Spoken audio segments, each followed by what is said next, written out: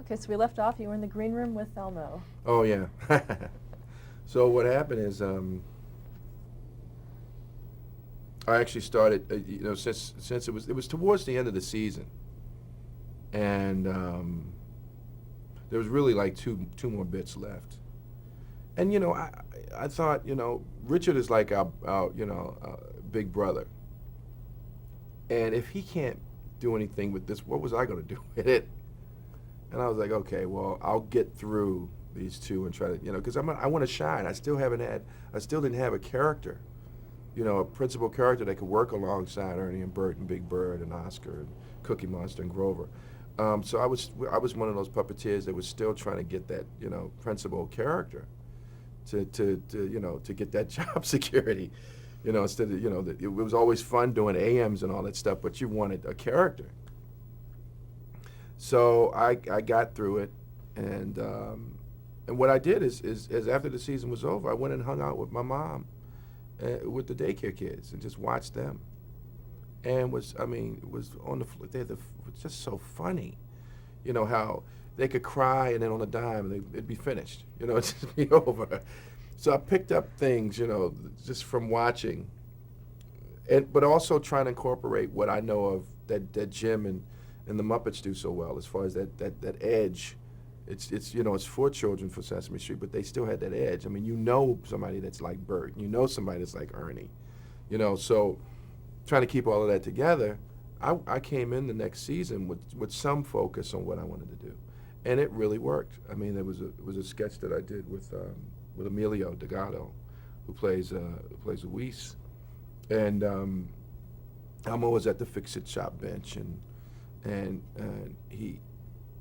I had to make believe that Elmo had a suitcase. It was an imaginary suitcase, and he was going somewhere. And so, you see Elmo struggling to get the suitcase in the shot, and he pulls his hands up, and looks like he's putting his. And Emilio is out there, and he's trying to see what Elmo's doing, and Elmo starts to explain to him, and it worked really well, to the point where if you get the camera guys laughing, then you know that something's working. And of course, just as soon as you get a laugh, it's just like a comedian, doing stand-up. That gives you the confidence that you're doing something, and then you do better. And so that's what happened with Elmo, and the writers started picking up on it, and everybody started picking up on it, and really saw, oh, well, this is actually a nice little niche that we don't have on Sesame Street. He's kind of the youngest, of all the characters, and so the writers started picking up on it, and he started writing, and then research started looking into if the kids were actually learning from Elmo, and they were, and laughing with Elmo. And then, of course, it went into to toys, and the rest is history with this character.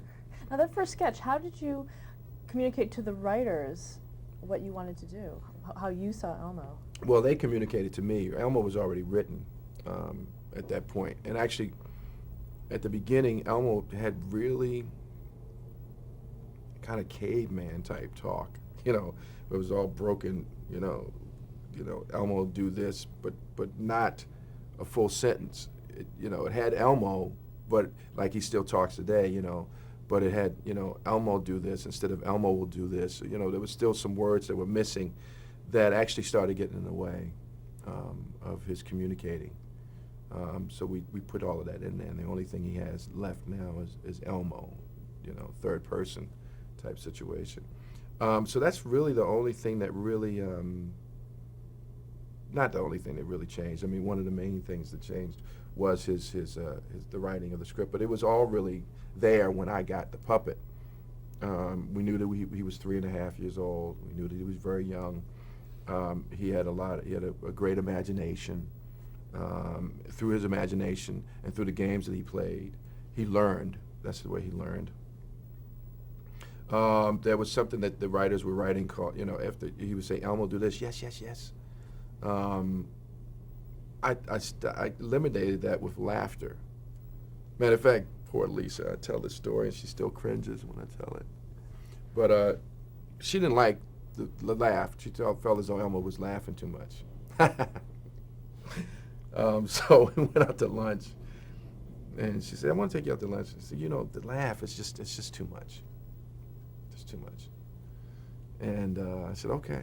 And so I went back, and I really don't know if I think I found a happy medium with it, but I didn't really agree with her, but she's the producer, so started doing it. And of course, then, the laugh was actually the thing that really, made it his signature. Like instead of saying "me love cookies" or anything, it was Elmo's laugh that people connected with him. And then of course, lo and behold, the Tickle Me Elmo doll. Now, how did Elmo take off? When did you realize that he was? I realized when research was telling me. Research had told me that Elmo is it's like 80% of the kids that were watching got what Elmo was teaching and really enjoyed Elmo and connected very well with Elmo, especially his age, which was 3.5, 4. And they were very excited about it. Why do you think that is? Why do you think he connects? I just think it's again, it's all about watching my mom's daycare kids. I mean, it's that energy that they have. Like I said, it's all in an instance. They just go from anger to happy to I mean, I didn't go to the extremes as far as that with Elmo. I just kept that really just that energy. And the writers saw it, so they kept it. They kept writing it that way. Did you pull anything from your own childhood? I think even Frank Oz says that each one of the characters that we perform is a part of us. He said Grover is a part of me. Miss Piggy's a part of me. It's the same with me. I mean, Elmo's a part of me. Hoots the Owl is a part of me. Clifford, which is a character that I do with Jim Henson, with the Muppets, is a part of me. And all of them, exist within us. Different emotions in different parts of us. And so, yes, I think definitely Elmo is a part of me. I probably was like him when I was young. My mom actually said, definitely parts of Elmo it reminds her of when I was young, especially the energy and then the fun. I was always the one who was making new swings and different things in the neighborhood. Dangerously sometimes too.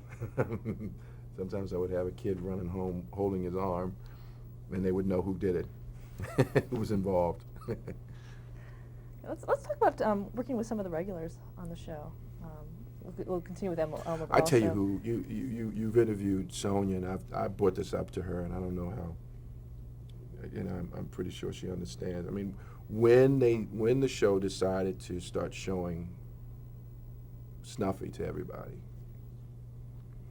it was a show that actually it was really well done and very cute, because they actually literally had a lot of times Big Bird has always wanted to show, say Snuffy right here. I wanted, and then of course Big Bird comes, you hear Aloysius, which is Snuffy's name.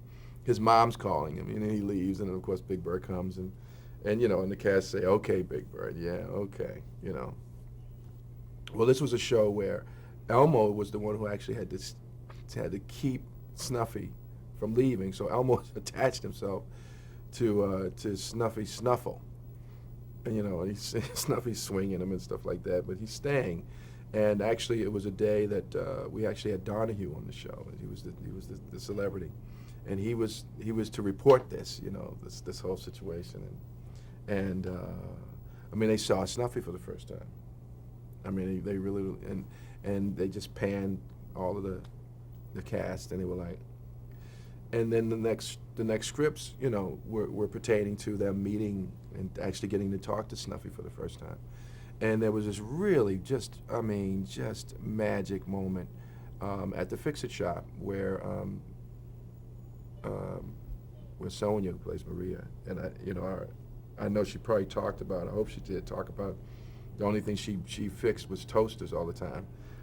She was working on a toaster, and Snuffy came up with this huge card, just enormous big card, and was trying to learn how to write friend. And so Maria, spelled it out, and and Snuffy wrote it with a snuffle with this big, huge crayon, and he gave, he thanked Maria, and he said, "Oh, Maria," and he gave Maria the card, and it said, "To my new friend, Maria from Snuffy," and her face was amazing. I mean, just the magic of seeing. You saw that this was the first time, and it wasn't, but it was the first time that she is getting to know Snuffy, and it was a magical moment, very magical moment for me, because that's what Sesame Street always represented to me. Just they just know how to do it, from across the board, in a very, very simple way, but just comes across 100%. All the time. And what about for you and the performances that you've done? What really stands out for you in terms of Ooh, that? sorry, I know.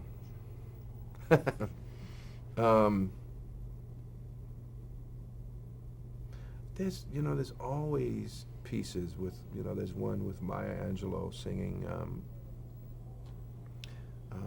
it's My Name, and it's really, it's Elmo and Maya and a young actor called Carlos at the time, and it was just them singing this really beautiful, Sesame Street song about just proud of my name and magic, just total magic, just what a song can say, what bringing a celebrity with that presence can do,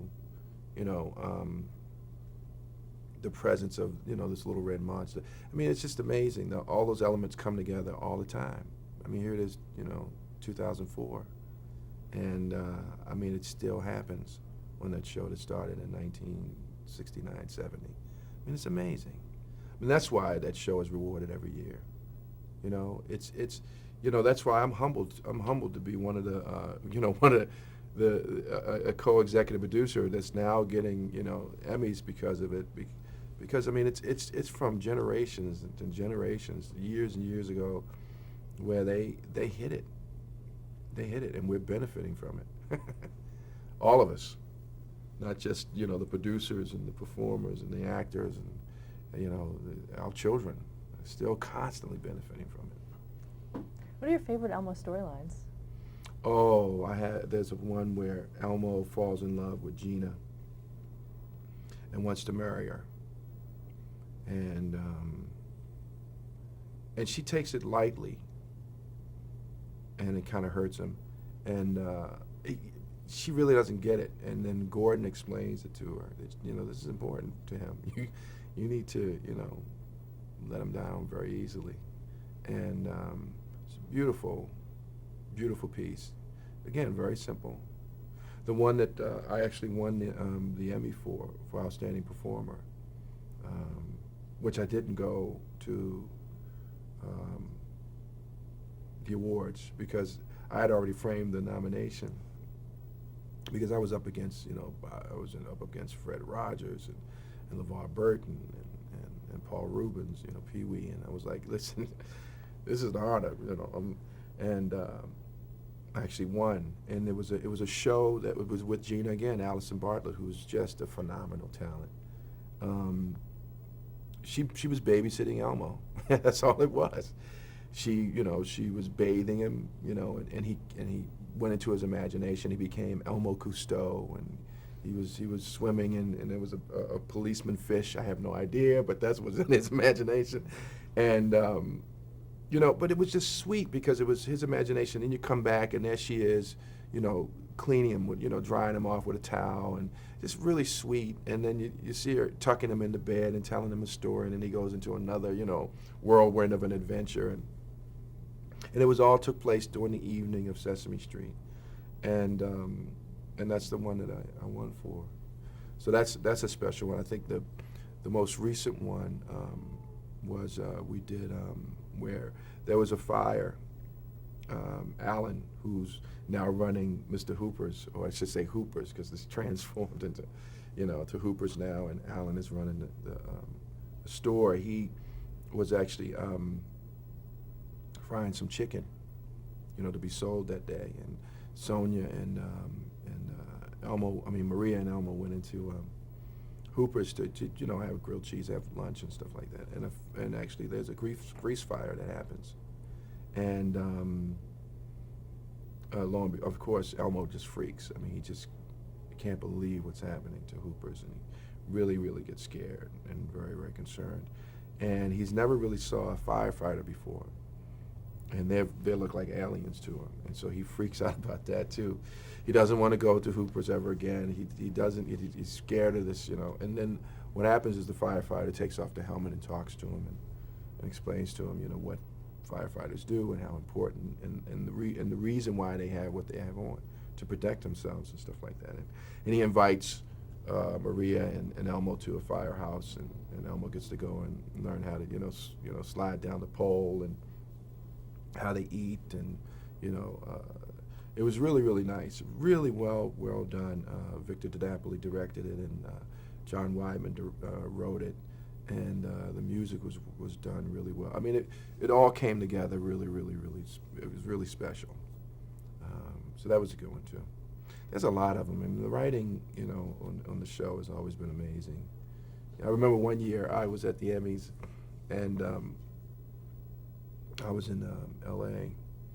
and this was the not the televised. This was the Craft Awards, and we were sitting, and it's too long. It's like 4 hours, and everybody's like, and then they come up with the nominations as far as writers in a children's series, and we normally win. So you hear this cringe because we have, at that time we had literally 14 to 16 writers. And so they're thinking that all the writers are going to come up and make an acceptance speech. And what happened is none of the writers was there that year, and I was there. I was there for another nomination, and Brian Henson was there for something, so we were all sitting at the table. And they announced that the writers won. Everybody's like, oh. And then I run up. I'm looking around and nobody's there, so Brian says, just go right up and accept on their behalf. And so I went up and I said, well, I'm here to accept on the writer's behalf. And I got a standing ovation because it was just one person. It wasn't 14 writers going up there. And what was really funny, the newspaper the next day, they said head writer Kevin Clash accepts on the behalf of the writers. It was like, oh no. So I had to go back to New York and apologize to Norman. But it was really funny, really funny. Talk about the origin of Elmo's World. Elmo's World came about because they really saw that, sure. Oh, yeah. Not sure if you're getting that. Yeah. That one was loud. Okay, we're back on. Sure. Elmo's World came about, I think at the time, they were having major writers' meetings at the time to restructure the show in a lot of ways, and actually deal with the contingency of younger viewers. And they wanted to come up with this, 12-minute, 15-minute segment that could really deal directly with the young audience. And so they came up with using Elmo as the host. And it was actually Judy Freudberg and Tony Geis, who were one of the seasoned writers of Sesame, who came up with the concept of, Elmo's World. Tony had wrote a song called Elmo's Song, which is a sweet, sweet song that was done with Snuffy and Big Bird. Just talking about, you can make it your song.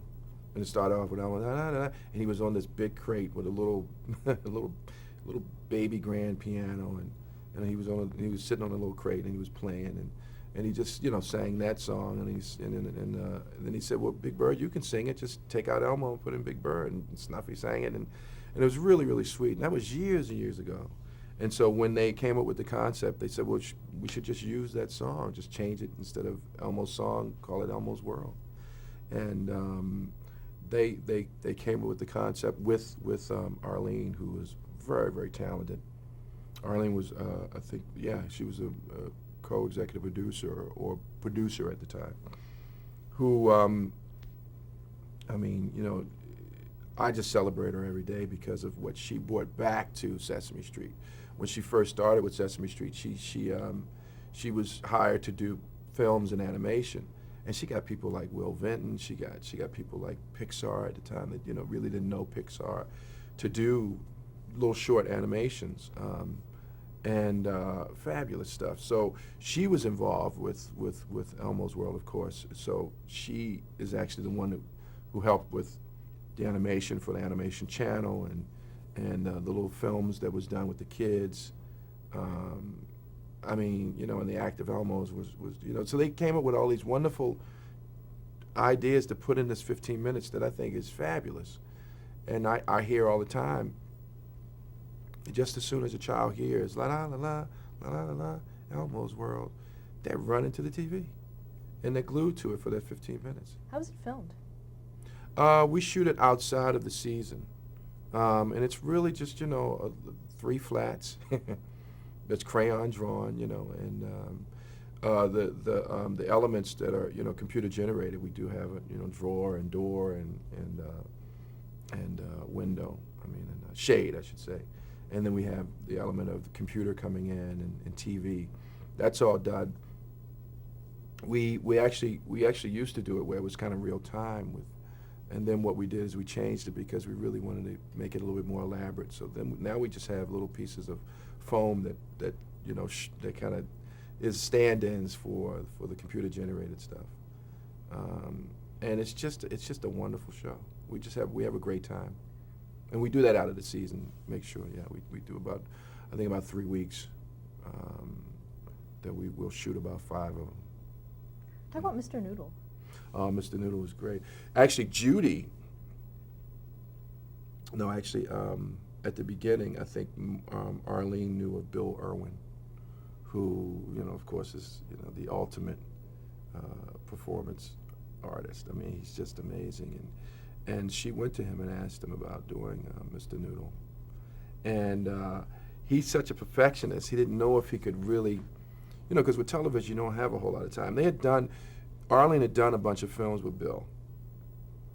Wonderful stuff, talking about Close and Open and some films in Central Park with actually some, I forget what kind of dancers, but he can dance any dance. So, they had him dance with these dancers out in Central Park, and then they did this thing on Air or Wind where they blew him away, and so they had, she already had a relationship, so she went to him, and he, like I said, he really didn't know, but he got into it, and he had a great time, had a great time. What happened is he got The Grinch, the movie The Grinch with Ron Howard directing, and of course Jim Carrey playing the Grinch. He actually played one of the characters in it and actually helped them with creating the movement for the Whoville characters and stuff like that. So he couldn't do it anymore. That's why we got Michael Jeter. And Judy came in. Judy's really good friends with Michael and called him up and said, would you do that? As she was saying it, he didn't even let her finish. He said, yes! So he came in and started performing Mr. Noodle's cousin, Mr. Noodle. And very, very funny guy, really wonderful, really very, very talented man. And then Bill, actually, they decided to put both of them together, which was wonderful. And then we added on Kristen Chenoweth, who is just a wonderful talent. So she plays Miss Noodle, which is a great team. We even had them, the 3 of them together doing the Noodles. It's just another wonderful piece that Judy and Tony came up with, and the writing staff. Actually, Judy and Tony started the basics of, the idea, and then they actually got another, I think, 5 other writers to actually sit in and brainstorm what other elements. So I should really, What about Dorothy? Dorothy, I never really talked to Tony or Judy about Dorothy, but I knew that they didn't want it to be animated. They didn't want it to be a puppet. They wanted it to be a real fish, which is another sweet element. I mean, it's one of those things where you just don't know. I mean, it all comes together and it works, and that's Elmo's World. Let's talk about some of the other cast of characters of Sesame Street itself, starting with Bob McGrath. Oh, Bob, I mean, I tell you, what's really fun is when we do the Macy's Thanksgiving Day Parade, because you can tell, you know when the show and the cast and everybody's popular because they're just yelling, and Bob is one of the main ones that they yell for because they, Bob started at the beginning, way at the beginning, and so he is Mr. Sesame Street to me. I mean, he's just very, very wonderful and very giving. All of the cast members are just very open to. This is, it's a hard show to be upstaged all the time, and they go with the flow. I mean, they just have a great time. They really, really do. Roscoe Orman? Roscoe, I think, to me, is one of the most underrated actors in the world. To me, I mean, I think he's a phenomenal actor, and I know he feels as though he's blessed with Sesame Street. But being typecasted, it can be a double-edged sword, and I think I think it's been wonderful for him, but also, it kind of hindered him because he's a brilliant actor, phenomenal actor. Loretta, oh, sorry. Go ahead. Go on, no, go on. No, but I mean, but he's the one who really, I just think, really captured a really niche as far as how he deals with the Muppets in such a cool way, but still, you see his uncomfortableness sometimes when he has to do something he doesn't want to do. But he does it in such a really cool way. I think it's really, really wonderful. Loretta Long? Loretta's wonderful. I think, I remember watching, Susan, Someday Little People, some of the songs that she sang, just amazing, really, really amazing. All of them have this, this really wonderful appeal. That's why, you would thought that the show at a certain point when they got older, they would have thought of, recasting. But they became such an important part of Sesame Street, They had their own niche as far as the Sesame Street characters. They were all important at that point. Their characters changed because at the beginning they were there for other reasons. I think Sesame Street became middle class at a certain point. It was supposed to be more in the city, with not as extreme as ghetto, but definitely not as middle class as it's become. Because Gordon used to be wearing dashikis and stuff like that. Of course, your clothes have to change. I mean, you can't wear that 2004. I mean, yes, lo and behold, some of that stuff is coming back. But I think the celebration of them is, again, their strength and their presence is so important to the show that the producers felt as though it wasn't necessary to change them. I think people like. I loved Linda Bov and Bob together. I thought that was really nice. I loved Sonia. I loved Maria and David together. I mean, they were the youngest of the group, and they just had this really nice appeal about them. Looking back, I mean, they were theater kids, and they really, I just liked their presence too. I mean, everybody had, same thing with Will Lee. Fortunately, I got to work with Will before he passed away. I was so intimidated by him that I really wasn't working the puppet right, because if I moved a certain way, I would be in front of him. And actually, John Stone, who was celebrated director and writer of the show, thought I was a terrible puppeteer at the beginning because I just, but I didn't want to upstage Mr. Hooper. So let's stop there to change Sure. the tape.